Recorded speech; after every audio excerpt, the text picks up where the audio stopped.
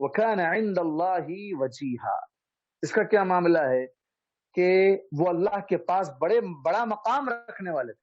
موسیٰ علیہ السلام کا بڑا مقام تھا اللہ تبارک و تعالیٰ کے پاس۔ اللہ تبارک و تعالیٰ کے پاس ہر نبی کا اپنا ایک مقام ہے، ہر نبی کا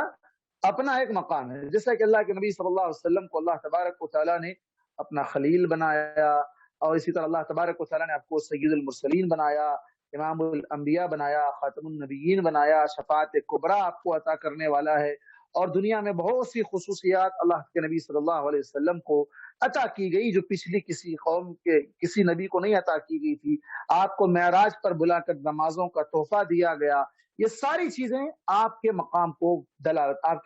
پر دلالت کرتی ہیں۔ ہر نبی کا اپنا ایک مقام تھا، موسیٰ علیہ السلام کا مقام بھی تھا، اسی لیے اللہ تعالیٰ موسیٰ علیہ السلام سے ڈائریکٹ دنیا میں بات کرتا تھا۔ ہمارے نبی سے اللہ تعالیٰ ڈائریکٹ بات نہیں کیا، وحی کے ذریعے سے گفتگو ہوئی، حضرت جبریل علیہ السلام لا کر پیغام پہنچاتے تھے، یا خواب کے اندر اللہ کے نبی کو اللہ تعالیٰ الہام کرتا تھا۔ لیکن اللہ تبارک و تعالیٰ نے معراج پر ساتوں آسمان پر بلا کر اللہ کے نبی سے بات کی، وہاں اللہ کے نبی کی گفتگو ہوئی، لیکن دنیا میں ڈائریکٹ کبھی گفتگو نہیں ہوئی۔ موسیٰ علیہ السلام سے ڈائریکٹ گفتگو ہوتی تھی، تو ان کا مقام تھا اللہ تبارک و تعالیٰ کے پاس، وَكَانَ عِنْدَ اللَّهِ وَجِيهًا۔ لیکن اس مقام کو بہانہ بنا کر بعض لوگ غلط عقیدے میں مبتلا ہو جاتے ہیں۔ نبیوں کا مقام ان کی جگہ ہے، لیکن اس مقام کا یہ مطلب نہیں ہے کہ وہ کائنات میں تصرف کرنے والے ہیں، کائنات میں کوئی چیز دینے والے ہیں، کوئی چیز لینے والے ہیں، کسی کو اولاد دینے والے ہیں، کسی کو روزی دینے والے ہیں، کسی کی مصیبت دور کرنے والے ہیں، ایسا نہیں ہے، بلکہ ان کا مقام اللہ کے پاس ہے۔ اس مقام کا ہرگز یہ مطلب نہیں ہے کہ نعوذ باللہ وہ اللہ تعالیٰ کو اس کی مشیت سے ہٹا کر اپنی مرضی چلا لے، ایسا نہیں ہے۔ جیسے بعض لوگ کیا کرتے ہیں دنیا میں، کسی کے بارے میں بھی سفارش کرو تو جا کے وہ سفارش کر کے اپنا مقام بتا کر، اپنی حیثیت بتا کر، جو ہے نا بادشاہ یا جو بڑا آدمی ہوتا ہے اس کے پاس سفارش کر کے اس کو اپنے مرضی کے خلاف کام کرنے پر بھی آمادہ کر لیا جاتا ہے۔ لیکن اللہ کا معاملہ ایسا نہیں ہے۔ اللہ کے پاس نبیوں کا چاہے جتنا بڑا مقام ہے، اللہ کی مرضی کے سامنے کوئی بھی نبی اللہ کی مرضی کے خلاف کوئی کام نہ کریں گے، نہ کیے ہیں، اور نہ ہی قیامت کے دن کریں گے، اور نہ ہی ایسی کوئی سفارش کریں گے جس سے اللہ تبارک و تعالیٰ کو تکلیف پہنچے۔ ایسی کوئی سفارش بھی وہاں نہیں کریں گے۔ تو جس سے معلوم ہوتا ہے کہ یہ عہدے کا معاملہ یا جو مقام کا معاملہ ہے، اس کو لوگ اٹھا کر کیا کرتے ہیں، ولیوں پر فٹ کر دیتے ہیں کہ اللہ کے ولی ہے، اللہ کا ولی کا مقام بہت بڑا ہے، انہوں ڈائریکٹ اللہ کے پاس پہنچا دیتے، اللہ کے پاس یہ چیز پہنچا دیتے، یہ اللہ تعالیٰ ان کی ڈائریکٹ سن لیتا، فلاں کر لیتا۔ ایسی باتیں کر کے لوگوں کے دین سے کھلواڑ کرتے ہیں اور لوگوں کو عقیدے کو خراب کر دیتے ہیں۔ اللہ تبارک و تعالیٰ بے نیاز ہے، اسے کسی کی سفارش، کسی کے کہنے، کسی کے نہ کہنے اس کی کوئی ضرورت ہے ہی نہیں، اسے کسی کی مدد کی ضرورت نہیں، کسی کے وسیلے کی ضرورت نہیں، کسی کے واسطے کی ضرورت نہیں۔ وہ ڈائریکٹ سنتا ہے، وہ ڈائریکٹ دعا کو قبول کرتا ہے، وہ ہر کام تنہا کرتا ہے، اس کا کوئی شریک نہیں۔ قل هو اللہ احد، اللہ ایک ہے، اکیلا ہے، اس کا کوئی پارٹنر نہیں ہے، اس کے جیسا کوئی نہیں ہے، وہ کسی سے پیدا نہیں ہوا، نہ ہی اس سے کوئی پیدا ہوا ہے۔ پھر اس کے بعد اللہ تبارک و تعالیٰ نے اہل ایمان کو تقوی کی نصیحت کی ہے اور سچ بات کہنے کی نصیحت کی ہے۔ یا ہو سکا تو اس کو ہم آئندہ درس کے لیے رکھ لیتے ہیں، چونکہ سورہ ختم ہونے والا ہے اور صرف دو آیتیں غالباً باقی ہیں، تو اس کو ہم آئندہ درس کے لیے رکھ لیتے ہیں، کیونکہ آئندہ درس رمضان سے پہلے شاید آخری درس ہو، واللہ عالم۔ تو ہم انشاءاللہ اس درس کو اس کے لیے رکھ لینا زیادہ مناسب سمجھتا ہوں میں۔